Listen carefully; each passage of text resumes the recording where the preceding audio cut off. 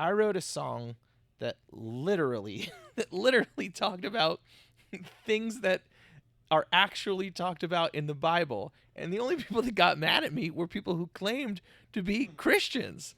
And I was like, guys, but Jesus did say it. Like, if you believe this book, in the book, it says all this stuff. Like, be nice to each other. He talks about, like, the whole thing, it talks about kindness. Whenever you're ready. Okay.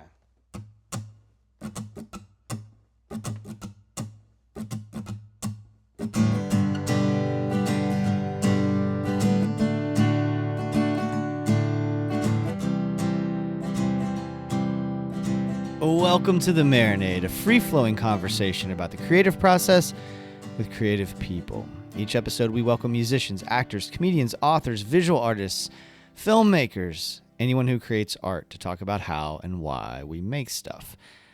This is a crossover episode with my friends Ben Montgomery and Wayne Fugate from Records Revisited. Records Revisited is a show that celebrates the magic of music. Each episode, they have a distinguished guest. I emphasize distinguished as I have appeared 7 times as of this writing.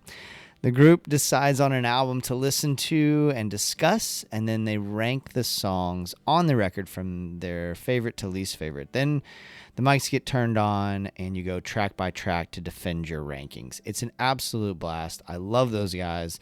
I love their show, and so I jumped at the chance to record this episode with them. The idea for this episode came from Ben's brain. Ron Pope is a songwriter from New York who now makes his home in Nashville. He has been a delightful guest on both the Marinade and Records Revisited. We're all huge fans of his music and of him as a person, and it was an honor to have this conversation. In June of 2025, Ron released a song called Things Jesus Didn't Say, which inspired Ben to ask, what are our favorite protest songs? So each of us brought 5 songs to Ron's show at Tuffy's Music Box in Sanford, Florida earlier this year. We sat down in the green room, turned on the mics, and made some magic.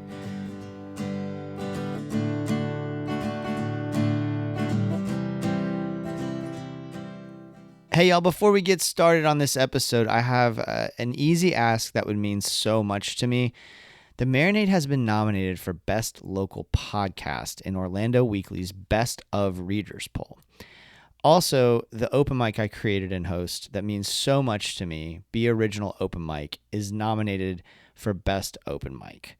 Links to vote are provided in the show notes and then all over the Marinade socials. It just takes a couple of seconds. You can even vote once a day. Maybe have your morning coffee and finish your Wordle and then do me a favor. It takes like 2 seconds. This is a huge honor. It's very exciting to be nominated at all, but I'm not going to be coy about it. I'd like to win the thing. So if you get a chance, I'd really appreciate it. All right, y'all. Without further ado, it is my pleasure to bring you a special crossover episode with Ron Pope and Ben and Wayne from Records Revisited. All right. Let's do this. We are in the green room at Tuffy's in Sanford. We're here with Ron Pope, who has been on the podcast before. Hi, Ron. Hello, gentlemen. And we're also here with Jason Earle because Ron's also been on Jason's podcast. It just seemed like let's do like this mishmash cross collab thing. We put the Avengers together. That's what. Yeah, it's like the much less cool Avengers. That's what we are. Yeah, that's good. That's good. Since we had limited time being in the green room, I was like, we're not going to be able to do like full on album thing. By the way, your episode with us where you gave us a schooling on Albert King we got so much great feedback from our revisitors. Where they're like, holy shit, like Ron knows his Albert King. That is one of those things that I really do love that record so much. And so, like, anytime that I get a chance to talk about anything that happened at Stax, it's a good day. Yeah, it is. It is. So, considering we had limited time, I was like, I played the shit out of Things Jesus Didn't Say last year, which let's call it what it is. It's a protest song. So I was agree. like, why don't we all get together and talk about some of our favorite protest songs? Because like this kind of just encapsulates this episode because we all sent out a couple choices so that we knew what everybody was going to talk about, so we could add our 2 cents. And Wayne sends his over, and I was like, I'm really surprised, knowing that he's a huge Public Enemy fan. I'm like, I'm really surprised you didn't pick Fight the Power. And It was already taken. I think I made my picks last, and so I could see everyone else's. So as I was going through them, everybody had songs that I would put on my list, but so I didn't want to duplicate. well, and then you said, well, all of my songs are about fighting the power. All protest songs are about There you go. So who wants to throw out theirs first? Ron, Okay. give us one of your choices. So I think that Billie Holiday doing Strange Fruit is perhaps one of the most powerful examples of protest music because there was a lot at stake. Like, she basically ruined her life doing that. So she ruined her life doing a number of things. But one of the ways that her life was ruined was by taking that song and performing it. Like, she bet a lot and she lost a lot. She got herself on the FBI got on her tail. It was it made her life very, very difficult because she went out to sing this song about lynchings, this incredibly dark subject matter that people didn't want her talking about. And this is 1939. I think a lot of people, when they imagine that song, they think of Nina Simone's like incredibly haunting, beautiful version of it. Yeah. And she is a visionary and a superhero and a magician, but the Billie Holiday version of that, I think about both the song and the context in which it was recorded, and it feels like, to me, it's like when I recorded I Gotta Change or I'm Gonna Die, and that's me saying that was my reaction to the opioid crisis, and I went out and I was like, the drug companies that did this and got America hooked on drugs, they're monsters, and everybody was like, yes, we agree with you. Billie Holiday did not get met with that sort of response. There were a lot of people that were like, no, be quiet. Yeah. And so there's a lot at stake when she did that. And so to me, everything else that I could think of for this, like John Fogerty risked much less than her. Yeah, we'll talk about a John Fogerty song. That was one of your other picks. Wayne. So one of the first ones was Holiday by Green Day. And Green Day, it's funny, is they get a lot of, they almost get it nickel-backed, where no one claims to like them, but yet they're sold millions of records. I love Green Day, and I love particularly American Idiot, I think, is a protest album in and of itself. But Holiday, I think there's no better way to signal your outrage towards the administration than using German words. That Sieg Heil. I mean, it really just holds a mirror to the whole country at the time, especially around the war in Iraq. So, granted, I mean, like I say, I don't know that Green Day had much more to risk than John Fogerty, but at the same time, that's not what people get caught up in wars. It's kind of something that a lot of times they'll use to bring the country together. And when it's unjust and unnecessary and unfair, it's always good to see somebody stand up and say that. Jason. Yeah, so the first one that I wanted to talk about was White Man's World, Jason Isbell. I could have chosen a few Isbell songs and had to include one if Of course. Talk about. I wouldn't have expected anything less. If we're going to talk about music, I'm going to talk about Isbell at some point. But I think White Man's World hit me, I think it so often Isabel is able to speak to sort of whatever station I'm at in life because we're of a similar age and grew up in a somewhat similar way. And I think White Man's World, he just lays it all out. And I think with there's an incredible need to continue, especially at a time when bigotry is so mainstream and popular now, to own white privilege and have a conversation about it and work to make sure that you're using that privilege to elevate other people and to acknowledge where you may have been ignorant or wrong in the past. That song hits all of those moments for me. Cool. All right. My first pick is Ohio from Crosby, Stills, Nash and Young. Like, the fact that they turned around a protest song like pretty quickly after the whole Kent State debacle kind of shows that they were willing to take some chances as well. This could have definitely backfired on them as well. But I don't know. Every time I listen to that song, I feel transported back to the 70s, and I realize that we've made progress in some aspects, and then I see the shit that's happened in Minneapolis, for instance, and I realize that maybe we haven't made as much progress as I thought. I know that like Springsteen did his Streets of Minneapolis song pretty close to the events that happened up there. I feel like we need more of that kind of stuff. So I know we've talked about where it's like, so I'm just going to kind of throw that out to Ron. So did you get any backlash for your protest song? Not really, because the internet is so siloed.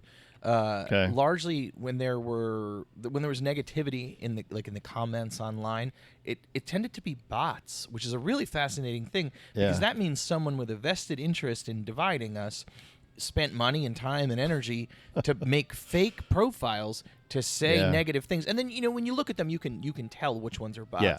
And certainly, on occasion, there are negative comments or people are upset, but by and large, it reached people who wanted to hear it and who reacted to it positively, which was cool. It was really nice because it is definitely scary to step out and say anything critical of anybody in a position of power at this particular moment in history, because everything feels so incredibly tribal.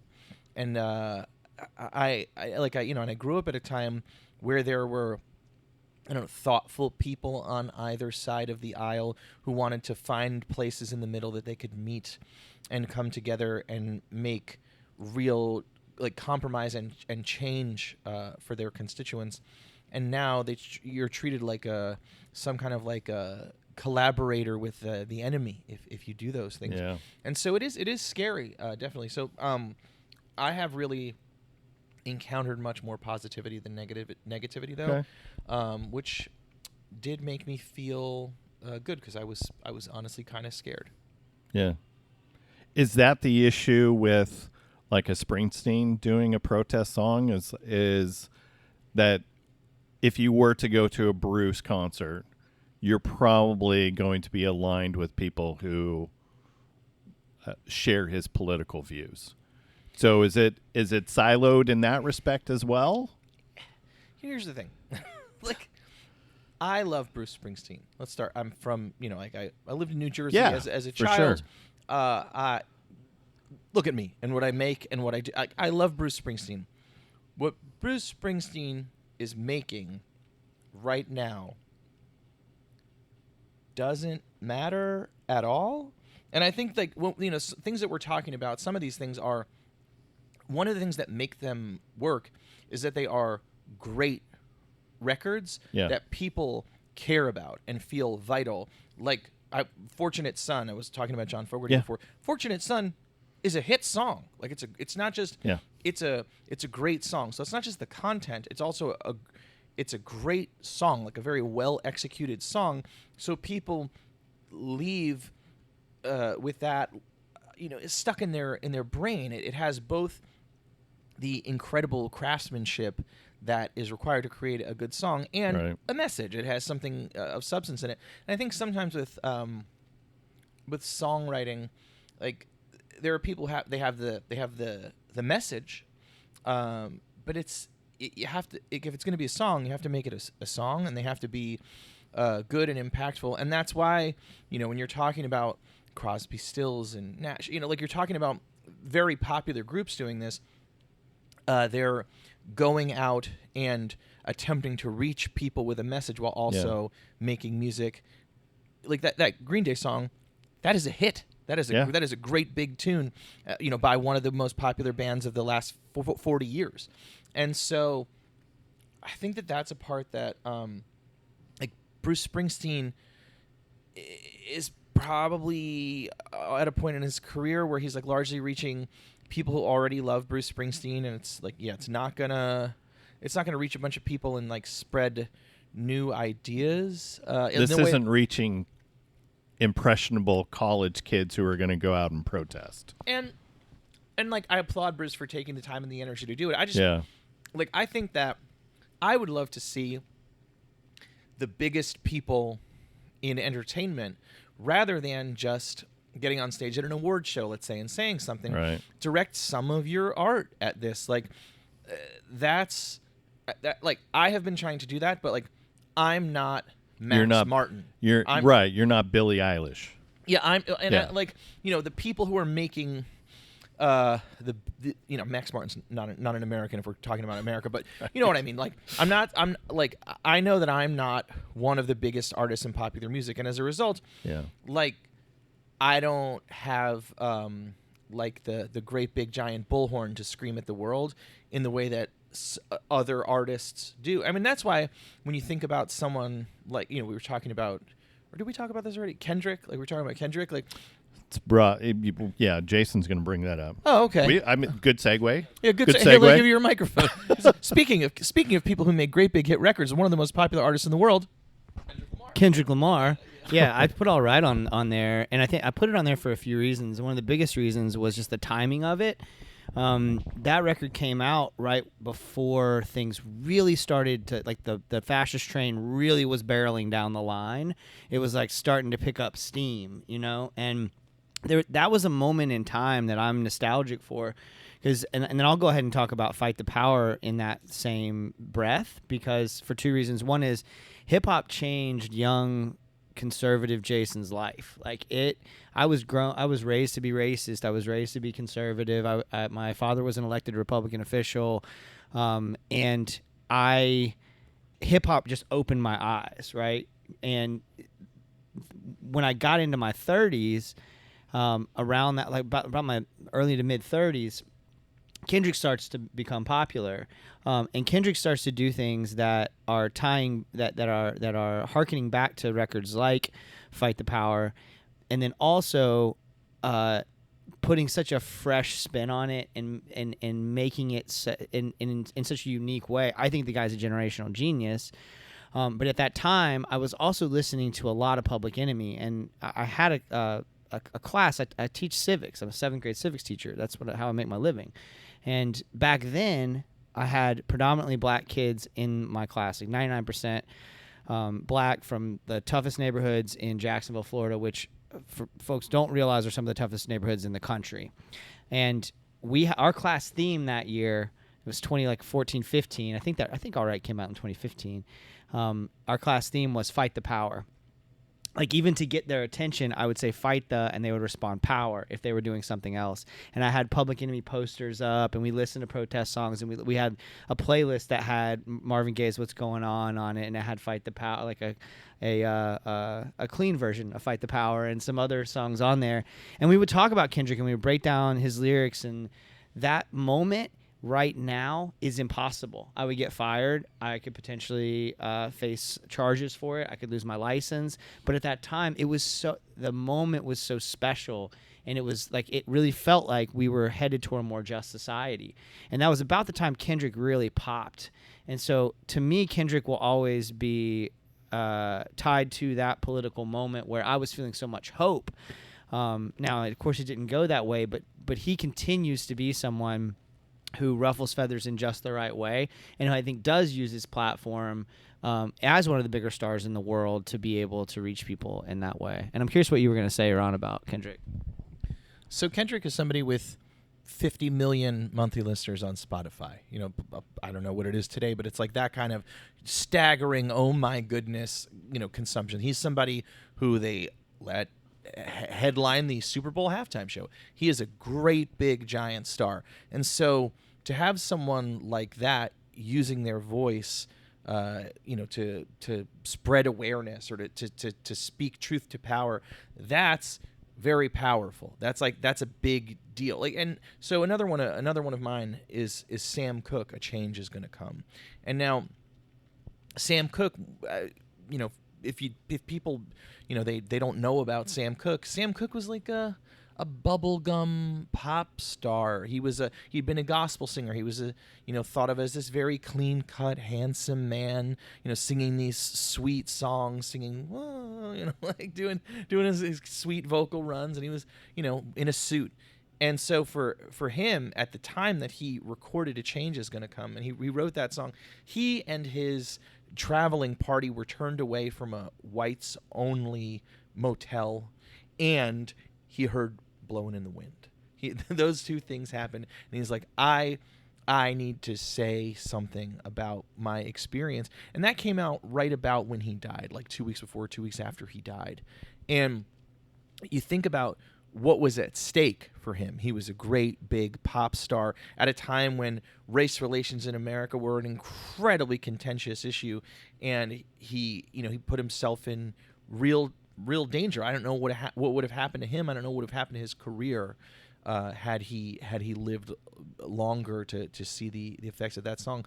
But that one feels especially powerful to me because of the same thing that we're talking about with Kendrick. It's like, you know, a person who could very easily just kind of skate along and make money from the apparatus, you know, to be within the machine and make a living and not ruffle anyone's feathers. And instead, you know, Kendrick chooses to do that, to use his art to try to reach people and share a message. And he's making art at a, you know, commercial art at a grand scale. Like, he's reaching so many people with it. And so that's why, you know, he's so impressive to me. In addition to just his gifts, which are profound, it's also his willingness to make people upset, like to share hard truths. So I love him. I think he's awesome. There are some conspiracies out there that say Sam Cooke was essentially assassinated because of speaking his mind. Not sure if I completely buy into them, but the timing is a little, yeah. Yeah, I don't know about that one. I'm not sure. All right, Wayne, what do you got? So this piggybacks off of the Kendrick Lamar and the Public Enemy, NWA's "Fuck the Police" in 1980. So the exact opposite of Jason, grew up very similar to black kids. Like I said, I lived in, I would say, lower class neighborhoods, very diverse school districts, very diverse schools. And my family has had history. We always hated the police for similar reasons.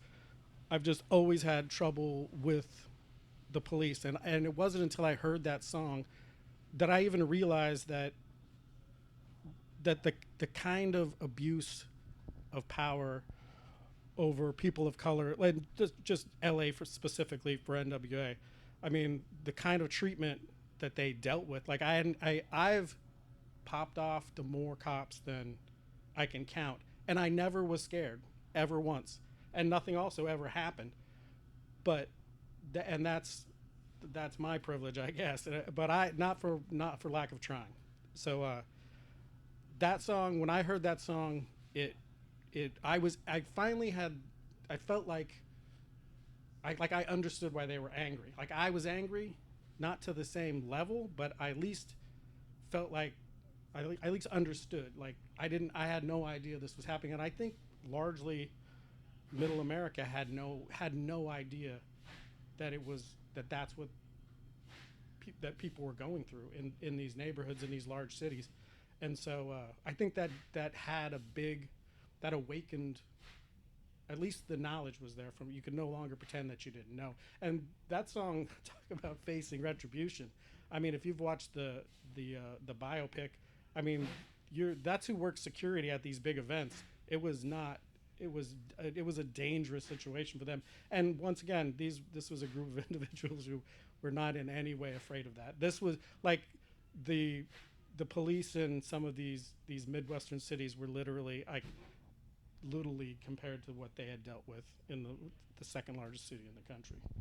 Yeah, I mean, we were talking about white privilege earlier, and you just mentioned it too, Wayne. Like, I will motherfucker a cop, and I love doing it. I use my privilege for good in that way. I fucking hate cops. I absolutely hate them. And the other day I got pulled over. I was on my way to work. I'm a teacher, damn it. I'm a middle school teacher. I get to work at 7 a.m. to do cafeteria duty, right? I don't need an award for that, but just let me get to fucking work. And this guy pulls me over because I'm in the crosswalk. And I know he just figured, this guy looks like, my car has a dent in the side of it. I think he was figuring he might get him an immigrant, He might catch him an immigrant. And it's a 2015, It's been on the road a while. And he pulls me over, and I was just like, and I was able to just motherfucker him the whole time, And he gave me just a warning, right? So that is one way that I use my white privilege for good is motherfucker and cops. But I did love that you chose that particular song, man. And I think just about the music that stood out to me was sometimes hip hop from like the 80s has its place. 70s, like late 70s, early 80s, some of the earlier stuff, and even into the early 90s, it certainly has its place culturally, but it doesn't always hold up for me, like lyrically. And that song definitely does, especially Ice Cube, and most of Ice Cube stuff in general does. Yeah. So one of my picks was "Know Your Rights" from The Clash. Since we're talking about police, I mean, one of the verses is, number one, you have the right not to be killed. Murder is a crime unless it was done by a policeman or an aristocrat. So, the Clash have a ton of protest songs like that. That's the Clash. Like Joe Strummer has plenty of those. Mick, he kind of veered off of being a protester, but Joe definitely. And then number 3 for the Know Your Rights is you have the right to free speech as long as you're not dumb enough to actually try it. So, I mean, it's just a great protest song. Like, I feel like it's as relevant today as it is when it was written in 78, 77, 78. So, Wasn't it on Combat Rock? Oh, it was on Combat Rock, 82. Okay. Yeah. So, Ron.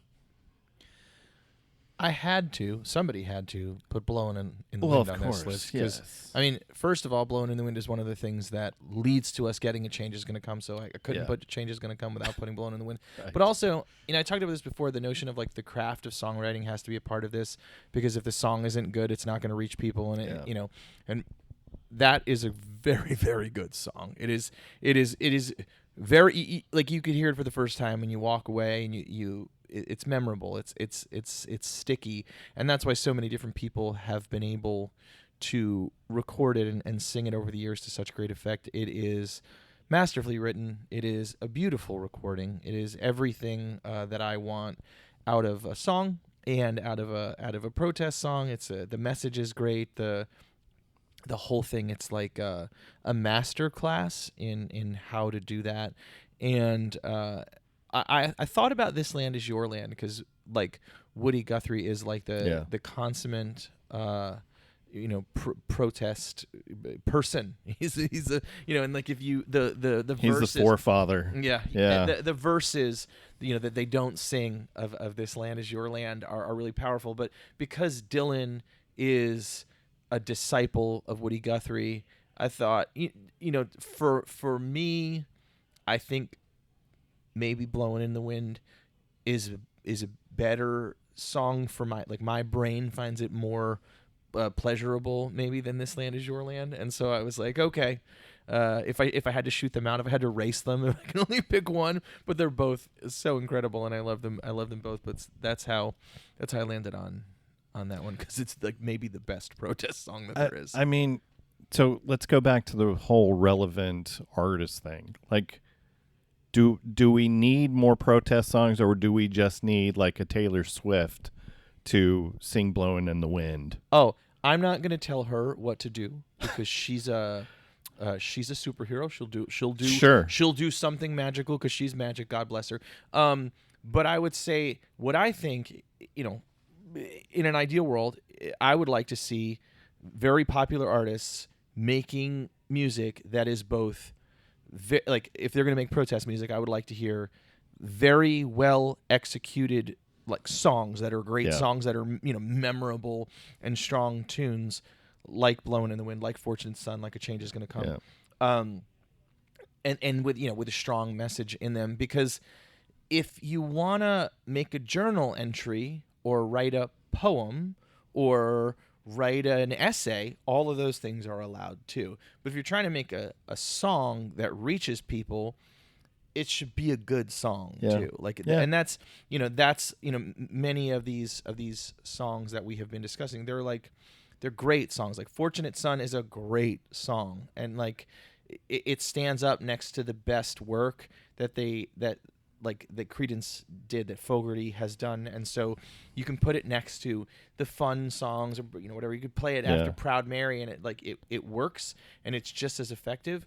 And I think that is something that's like a hard thing to say to artists that are coming up. It's like your message is great, this is really good, but you have to also pay attention to the craft of songwriting and of record making, because you need to be able to reach people with this music. And if it is not also good music, then like maybe someone might tell you it's commendable what you're making, but people aren't going to walk down the street with it in their headphones in the way that they do when it's a great song. And that's something that I have always struggled with, because over the years I have written many cause songs, topical songs, but it is very infrequent that I share them, because they're hard. It's really hard to have a topic in mind that you want to write something very specific about and speak on it, and do it in a way where you're like, oh, this is also a very good song, and I believe in it as a piece of consumable art like this, that it doesn't just express my feelings. It's something that is going to reach other people and express their feelings as well. And that's what, when I wrote I Gotta Change or I'm Gonna Die, I was like, oh, okay, like this clearly articulates this journey of somebody like dealing with addiction to opioids and trying to find their way out, and the hope that I know that so many of the people that I know that are in recovery, like the central thing that I know about them is how hopeful they are, because you have to have hope to believe that you can conquer something like addiction. And so kind of took a lot of my feelings out, my anger, and I put in this hope at the center of it. And then when I finished it, I was like, oh wow, okay, this I believe in this, both the message of this, that we're talking about the opioid crisis within a song, and I'm very excited about that, but also I believe it is a good song. And a lot of times I write these songs and I'm like, well, that was a nice exercise, but it's not, it's not. This is not going on the next album. It's not art for other people. Like every once in a while, though, I stumble upon one where I believe in it, and I'm like, okay, this we can share.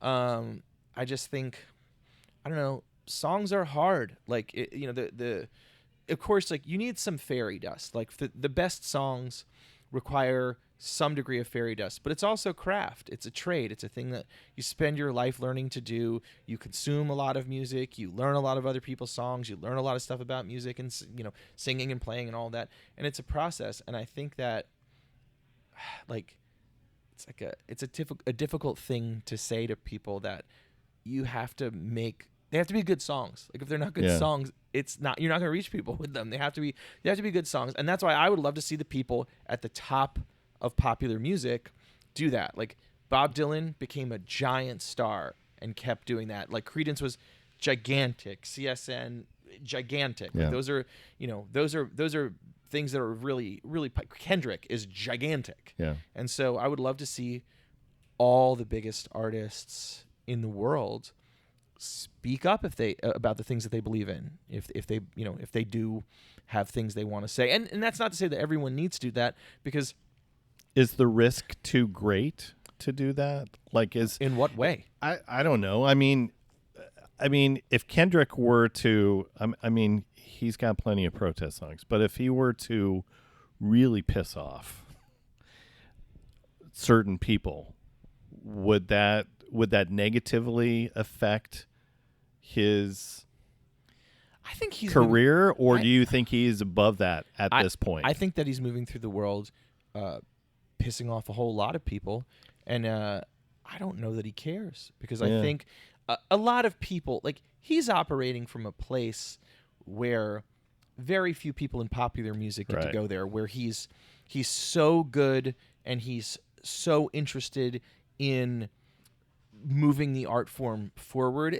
Like Beyonce does this, where you're just like, she could phone it in and throw fastballs down the middle and make whatever contemporary R&B on the radio sounds like, and have 10 number ones if she wants to. And instead she's like, I'm going to try to do something incredibly challenging. I'm going to go make a country record. And whatever she wants to do, she wants to make, from album to album, do these like wildly interesting, progressive, challenging things, like artistically progressive, I mean. And I just think that's incredible. I love that. And I think that Kendrick is doing that in a big way. And so, I don't know, like, you can't please all the people all of the time. Like, I wrote a song that literally talked about things that are actually talked about in the Bible. And the only people that got mad at me were people who claimed to be Christians. Yeah. And I was like, guys, but Jesus did say it. Like, if you believe this book, in the book, it says all this stuff. Like, be nice to each other. He talks about, like, the whole thing, it talks about kindness so much. And I'm saying, the point of this is be kind. Like, don't make war. They really don't like war in the New Testament. And people, like, the people that did get upset with me were like, no, you're wrong. I was like, I don't know, maybe you should crack that book a little bit, poke through. Yeah. Because some of what you believe is cultural. Like, some of that is not, it's not in the text. It has to do with the culture that you were raised in, with it, within your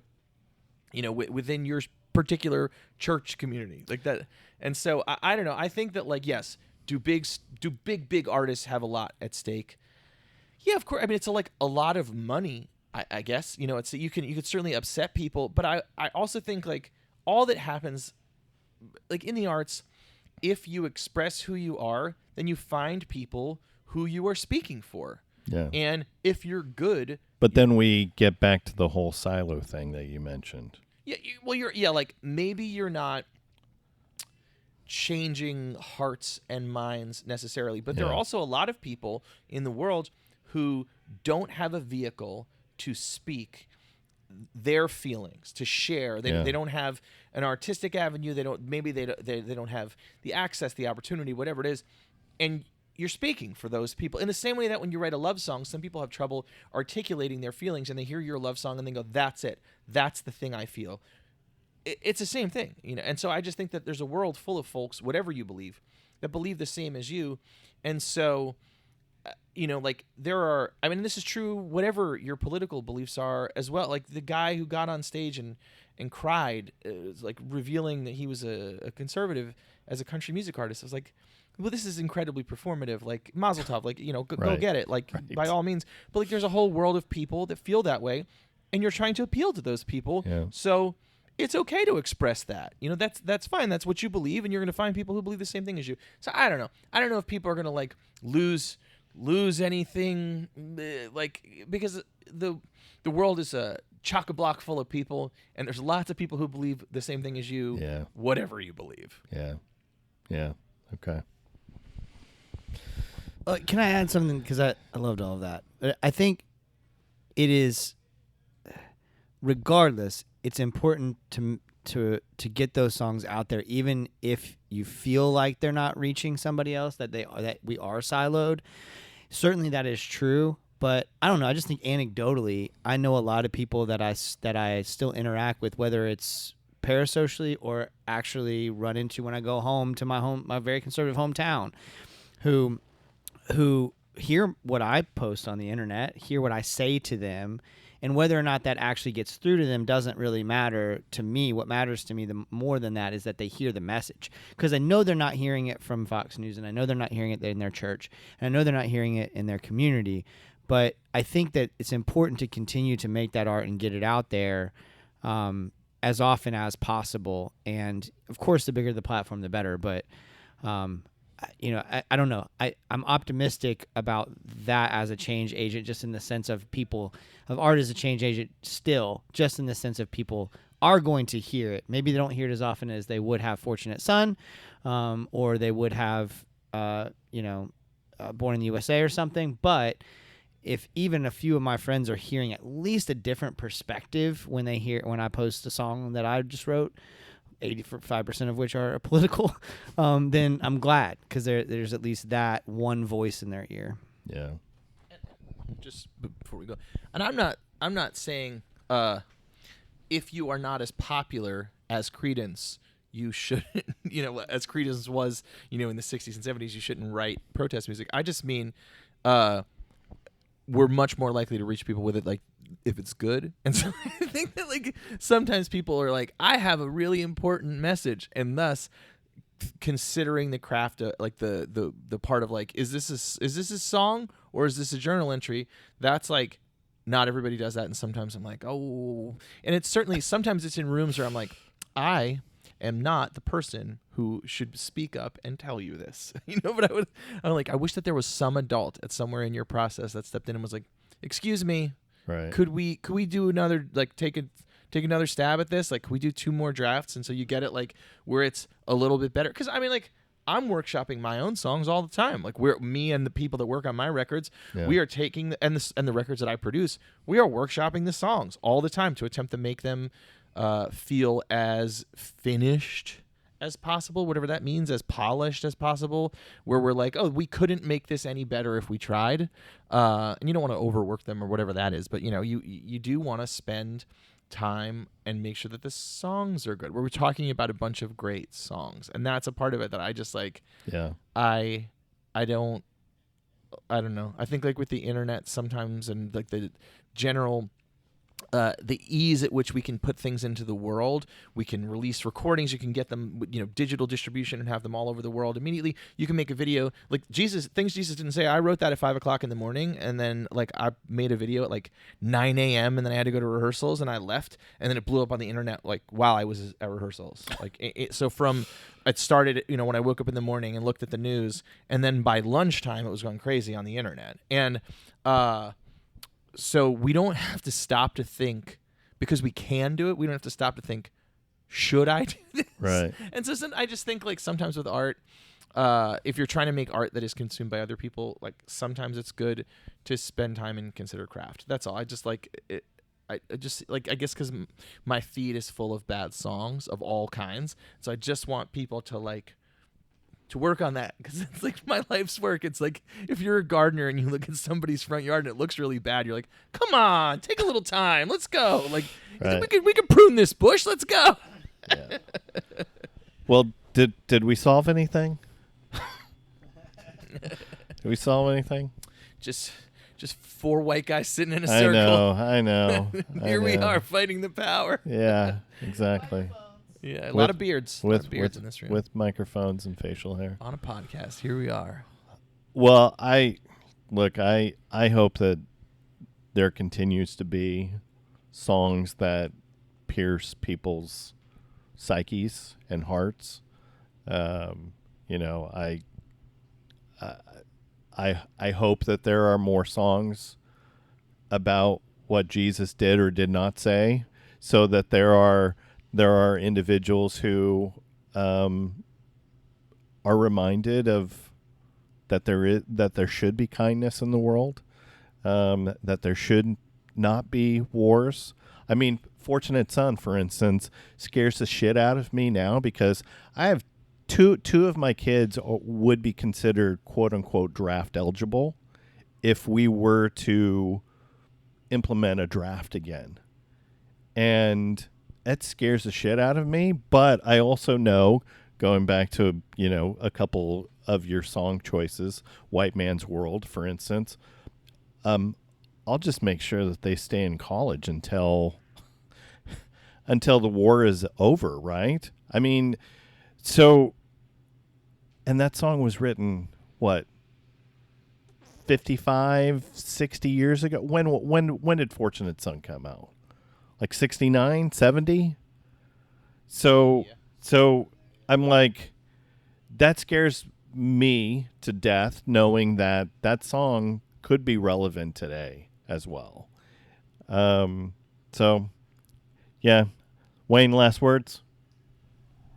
I can't wait till Taylor Swift does write a protest song, because it's going to happen. Like, she's going to be a mom pretty soon, and then she's going to have kids in the world, and I can't wait. Any other last words? I'm glad that we spent a lot of time talking about Taylor Swift on this podcast. She hasn't been getting enough airtime recently. No, Honestly. no. I will tell you this. Kendrick. Kendrick and Taylor. It's good we brought them up.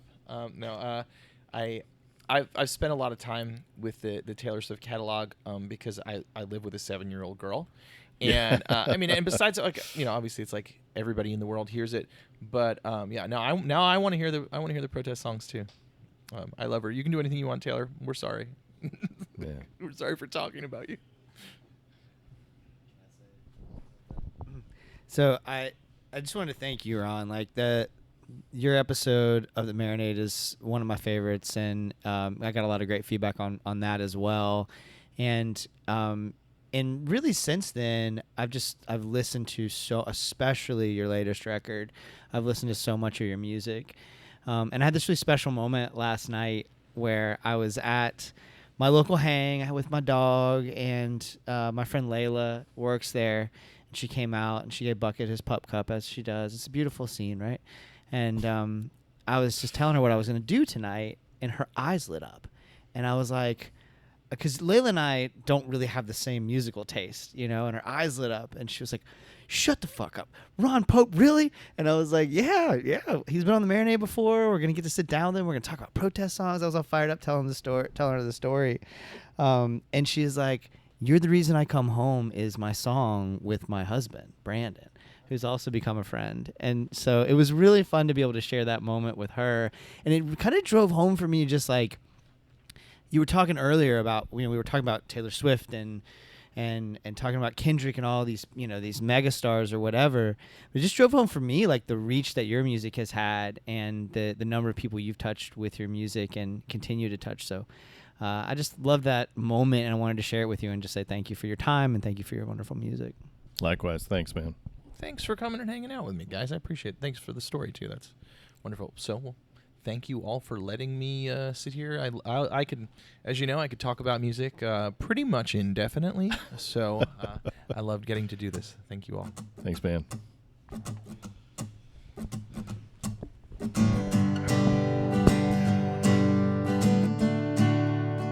Ron Pope, y'all. Thank you so much, Ron. RonPope.com for all things Ron Pope. Y'all, that show he went on to play was absolutely incredible.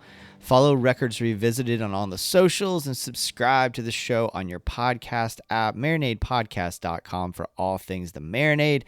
Follow us on all the socials. Go vote for The Marinade and be original open mic in Orlando's Best of. Please, at Orlando Weekly's website. And then also the link is in the show notes, and you can find the link at our link tree, which you can find on all of our socials, especially on Instagram. It's probably the easiest way to find us. But we're on all the socials. Subscribe and give us a 5-star rating on your podcast app. Tell a friend about the show. These are all free ways to support the Marinade. Go do that right now while you're listening, please. It makes a big difference for us and costs so little of your time and energy. Also, follow Life's Greatest Hits on Instagram so you can get updates about my other podcasts with my dear friend Jordan Foley. If you really like what we're doing on this Marinade thing, please consider joining our Patreon community, where for just $2 a month, you can gain access to Patreon exclusive content like our show, Jason's Journey, where I talk about the moments that shape my creative life and provide a window into the process of making the Marinade. We have a brand new patron that just joined recently. Everybody put your hands together wherever you are. If you're in public, or you're at a family dinner listening to this. I don't know why you would be listening to this at family dinner, but thank you for the dedication. Put your hands together for Sabrina Ratani, just an absolute incredible person who is now supporting the show and connecting in that way, and I really, really appreciate it, y'all. It's just $2 a month, and I've been trying to post not every day. I don't want to overwhelm people, but whenever I'm inspired. So every few days lately. And now that I'm headed on my Grounded Summer Tour, which I'll say more about here in just a second, I got a lot to say. I'm experiencing all kinds of cool things. So give it a shot. If you'd like to just try the free version of Patreon, and there's a few posts that you can get for free. You can also try a free trial and see if you like it. No pressure. Set a reminder for 7 days from now on your phone in case you want to cancel, but I don't think you're going to want to. I think you're going to want to keep going. If you want to support the show financially, but you don't want to commit to a monthly subscription, I totally get that, y'all. You can Venmo or PayPal us. It's just at the Marinade. So much going on in Marinade world. If you have yet to hear, I am almost done making a record of my original tunes. We have recorded 5 songs. My dear friend Chris Belcher is producing. I never imagined this would happen, but it's very real, and it wouldn't have happened without the love and support and encouragement of this Marinade community. So thank y'all so much. If you can chip in just $1 to the record, it will make a huge difference. I'm headed on the road, and I'm going to cover Bonnaroo for my Grounded Summer Tour, 4th annual trip that I take to get back to my roots in Appalachia. And I'm going to have with me in tow not just my little baby boy Bucket, my pup, but also some unmastered CDs that have 3 of the songs from the record. If you're in my path and you want to purchase those CDs, whatever you can afford and whatever you can swing is appreciated. I'll give you one of those on the road.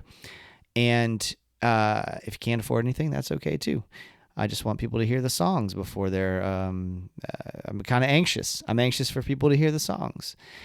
Also, though, if I'm not in your path and you don't get a chance to catch up with me and I don't get a chance to catch up with you, you can just purchase a CD by Venmo or PayPal. This is just going to be 3 songs that are mixed but not mastered. So this isn't the finished product. That is on the way, and I'm going to have proper CDs made for that too. But this is a one-of-a-kind opportunity. I took a page out of Jordan Foley's book where he did some demos and burned some CDs of just him creating demos in his home, which I thought was a really cool idea. And I think this is a fun way to get those songs out there in the world, and you get a chance to own a piece of Jason Earle music history. So very excited, y'all. So much going on. If you want to throw me some gas money at the Venmo or PayPal, that'd be cool too. I'm done asking you for money, though. I appreciate you. Above all, I'm just so thankful that you listen and spread the word about the Marinade. Until next time, go out and create something. Cheers, y'all.